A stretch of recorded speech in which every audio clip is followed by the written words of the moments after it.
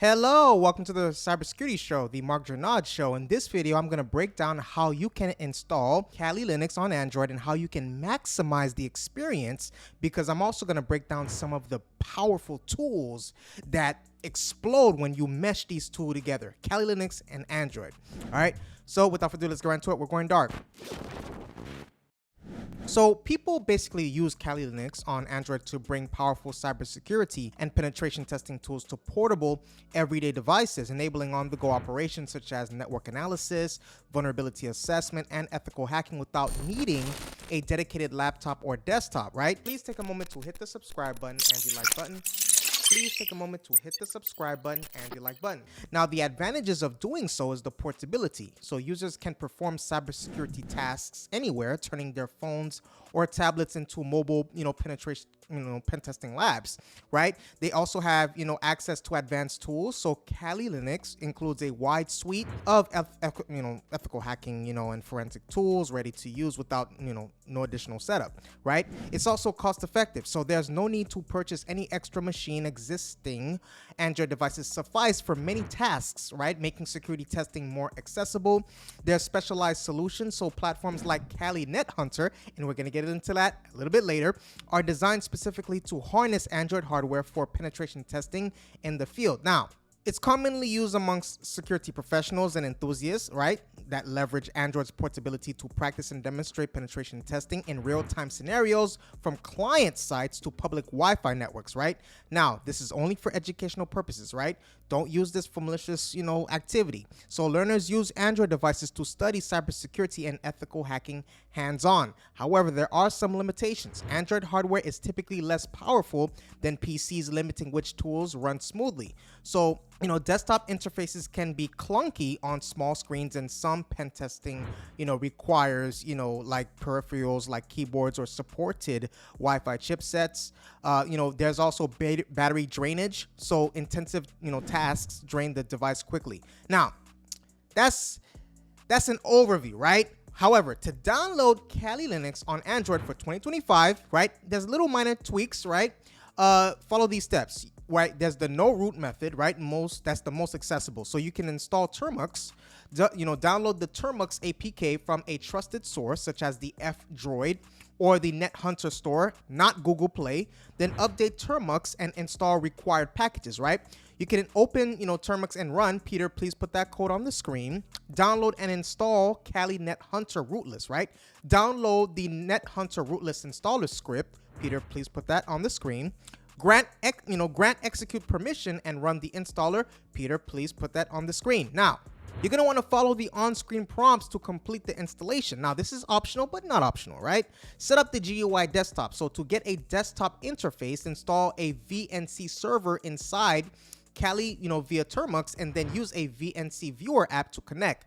Apps like Andronix can simplify GUI provisioning. Now, with the root, method, you're going to want to, have the Kali NetHunter full installation, right? Kali NetHunter is the official penetration testing platform for Android, offering full hardware support and advanced features like the HID attacks and Wi-Fi injection. We're going to get a little bit into that a little later, right? Now, the steps to do that is to unlock the bootloader, right? Flash a supported custom recovery, that's the TWRP as an example, and root your device. Download a Kali NetHunter image for your device from the official site, then flash the image using the custom recovery or install via the, MAGISK, the Magisk, whatever you want to call it, module, and then, that's the official documentation. Then proceed with additional setup as per the instructions. Now, there are requirements and limitations, right? You have to have a minimum of 4 gigabytes free space, right? Many recommend 8 to 40, however, for smoother performance. You're going to need internet connection for download and updates. Performance is limited by your device's hardware, so do not expect desktop class speed or functionality. Now, here are some caveats, vital ones. Installing or rooting, right, may void your warranty or cause data loss. So back up your data and proceed carefully. A little bit more of that later, right? Then official support for newer Android versions, whether it's 14 or 15, is basically improving, but may require updated scripts or patched apps. Now, for security and stability, download only from official sources. Now, Once you do that, now we can get a little fun. Now, one of the popular, apps is the Kali NetHunter app, and you can use this app for all kinds of hacking and stuff like that. So now I'm gonna, let's walk through how to do it. So you can use Kali NetHunter app for, network recon, right? So after installation, you can open the NetHunter app to manage the, the Truth environment, the kernel modules and services related to Kali Linux on your Android device. So the app includes tools to start or stop, services and, basically install or update the Kali Linux Truth and launch various penetration testing tools. Then you're going to have to use network reconnaissance tools. Nmap comes to mind for active network scanning and discovery of hosts and services. There's NetDiscover for, ARP scanner, useful for finding systems on, local networks. There's WeFit Wi-Fi, whatever you want to call it, to perform automated Wi-Fi network attacks on supported devices. You can launch these tools from the NetHunter terminal or app interface. Now, as an example, a common Nmap scan command is Peter on the screen. This command performs an aggressive scan, is verbose, and outputs results to a file for, analysis. Then you can, for recon and attacks through NetHunter, right? You can actively scan networks, discover devices, and exploit vulnerabilities all from your Android device. So this is especially useful for portability and quick assessments. Some, basically some tools require additional setup or kernel modules loaded via the app. You can connect via the VNC for GUI for easier management. You can install the NetHunter, Kex app, which provides a GUI desktop environment, access, via the VNC. You can set up a password in the terminal and connect through the app to get, basically a desktop experience of, out of that. There is another thing that you can use Kali Linux for, and that's the Wi-Fi packet injection, right? Now, external wireless adapter is, basically going to be needed in this. However, let's walk through that. Most Android phone internal Wi-Fi chips do not support monitor mode or packet injection needed for Wi-Fi hacking. So Kali NetHunter is compatible with certain external USB Wi-Fi adapters, whether it's the Alpha AWU S036, ACH or the TP-Link, the TL, WN-Z22 and V1 that support monitor mode and injection.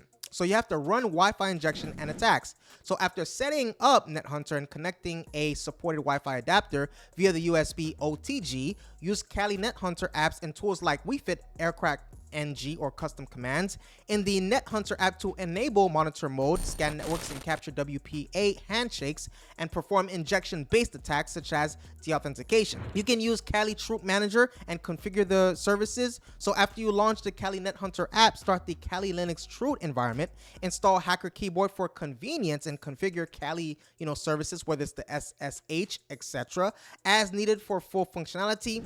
So that's that. You can also use Kali NetHunter for, the keyboard attacks and bad USB, right? You can use the HID keyboard attacks, Kali NetHunter can transform your Android device into pre-programmed HID keyboard via the OTG USB cable, right? This means your phone can send keystrokes to a connected, target computer as if it was a USB keyboard. So these attacks mimic USB rubber ducky devices and can automate typing commands on victim machines. So if the attack becomes unresponsive, you can reset the USB stack from the app. The kernel must be supported, right? It must support HID gadget drivers usually provided in custom kernels for supported devices. Now, root permissions are required to access the HID device functionality. Now, to perform bad USB attacks, Kali NetHunter supports bad USB man-in-the-middle attacks. So when connected via OTG, the device can act as a network interface and relay or manipulate USB and network traffic. This allows intercepting and manipulating data between the victim computer and USB device. This feature also requires a compatible kernel and root access, right? You have to use the pre-configured scripts or create custom ones. So Kali NetHunter includes scripts for common HID payloads. You can also convert scripts from USB rubber ducky format via Duck Hunter. Scripts run inside the Truth environment and send keystrokes via the HID gadget. Now, that's that. You can also use Kali NetHunter for social engineering. So you can access, After installation, right, you can run the Kali Linux GUI or CLI on your phone through the NetHunter app or via the VNC client connections. Please take a moment to hit the subscribe button and the like button. Please take a moment to hit the subscribe button and the like button. The platform includes a full Kali Linux container and a dedicated NetHunter app store with multiple security and penetration testing tools. Now, you can use Social Engineering Toolkit, the SET, in Kali NetHunter. The Social Engineering Toolkit is pre-installed in Kali Linux and is thus available in Kali NetHunter. So you can start it by opening a terminal in Kali, and running. Peter, please put that code on the screen. SET allows you to execute various social engineering attacks such as phishing, spear phishing, generating malicious payloads, and creating customized phishing emails and websites. Now, there are NetHunter specific social engineering features, right? And NetHunter provides additional convenience for SET with customizable phishing templates stored in its directory. The mass mailer attack option in SET lets you send these emails easily from your device. Other attack vectors include bad USB, HID keyboard attacks, evil AP attacks, and more that are accessible via the NetHunter tools. Now, in regards to getting started with the social engineering attack, right, on NetHunter, you're going to want to launch the Kali NetHunter on your Android device, open a terminal, and type SC Toolkit to open the social engineering toolkit. Now, select the type of social engineering attack you want, whether it's malware delivery, phishing, etc. Follow the prompts to generate payloads, clone websites, or create phishing campaigns. Then use the NetHunter mass mailer and basically other delivery methods to send your payload or phishing links to targets Kali Linux, that you want. Now, that's that. Another thing that you can, that's very powerful when you combine Kali Linux and Android is Userland, right? To use Userland to run Kali Linux on your Android device, you can install the Userland app from the Google Play Store, open Userland to, basically go to the apps menu and select Kali, Linux as the distribution to install. Provide a username, password, and VNC or SSH session password when prompted. These credentials will be used to log in to Kali Linux. Now, you have to grant Userland necessary permissions for file and media access, right? Choose the desktop environment, XFCE as an example, and connection type, whether that's the graphical via VNC or the command line via SSH, right? The graphical option requires a VNC client app like, the BVNC. Now you have to wait for the Kali Linux installation to complete. The app downloads and setups the file system and necessary assets, which may take a few minutes. Now, after installation, go to the Sessions tab in Userland and start the Kali Linux session. If using a GUI, open the VNC client and connect to 127.0.0.1 with port 5901 or the specified port using the session password. Once connected, you will have access to Kali Linux running on your Android device, where you can run Linux commands, install packages, and use Kali tools, right? Now, to update Kali Linux packages inside Userland, Peter, please put that code on the screen. Now, here are some additional tips. You can use Termius for a better SSH terminal experience on Android. Userland does not require root access on your device. Now, for better performance and usability, using a graphical desktop environment like, again, XFCE with VNC is recommended. Now, you do all this work. You download, you install, you doing things, you shaking it, boom, but hey, back up your device. Back it up. Back up your device. So now here is the recommended method, right? You want to create a compressed archive backup of the Kali root file system with, within Termux, the Android terminal emulator that you typically use to run Kali Linux on Android. Now, the straightforward approach is to stop all NetHunter sessions to ensure file system consistency.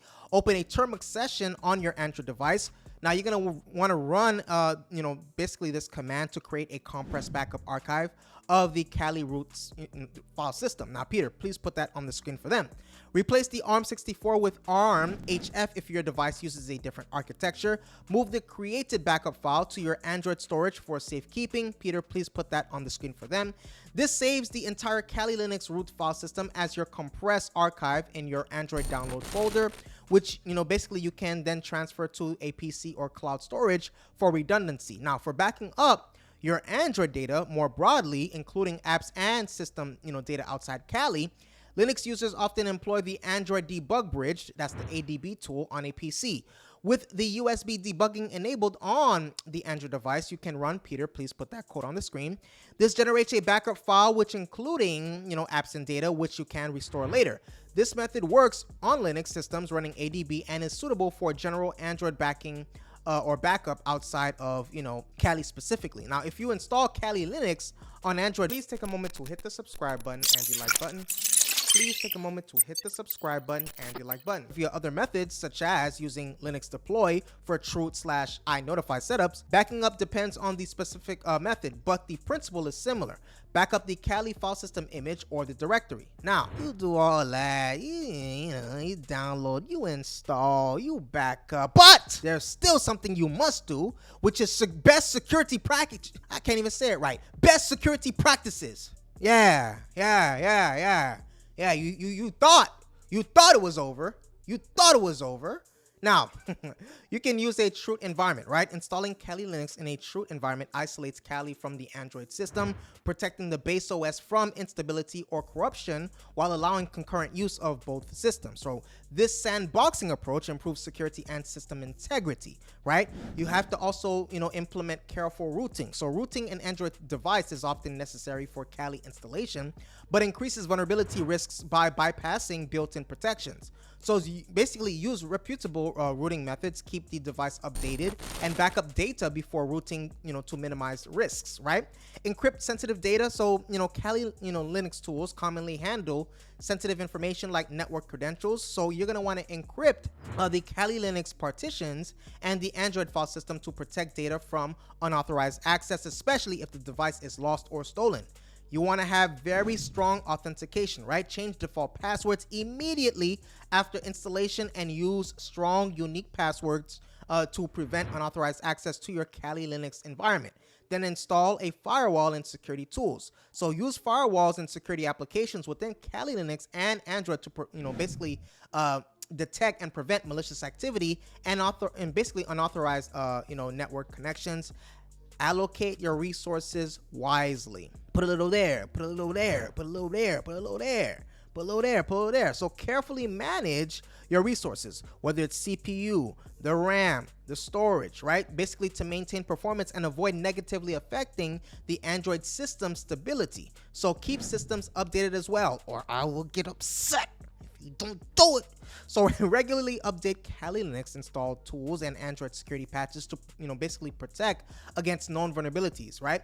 You want to segment your network. So when performing penetration testing with Kali Linux, segment the network to isolate testing traffic and prevent accidental damage or leakage to the primary network, right? You're going to always want to conduct penetration tests or security assessments with explicit authorization to remain legal and ethical, right?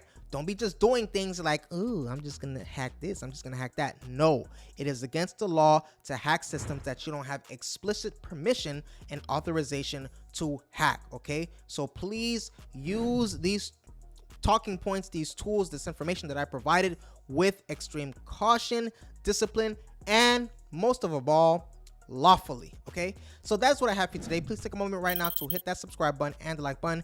If you appreciate this video and you want more videos like this one, please let me know that by hitting that subscribe button and the like button right now. I appreciate your viewership. Stay safe and see you on the next video.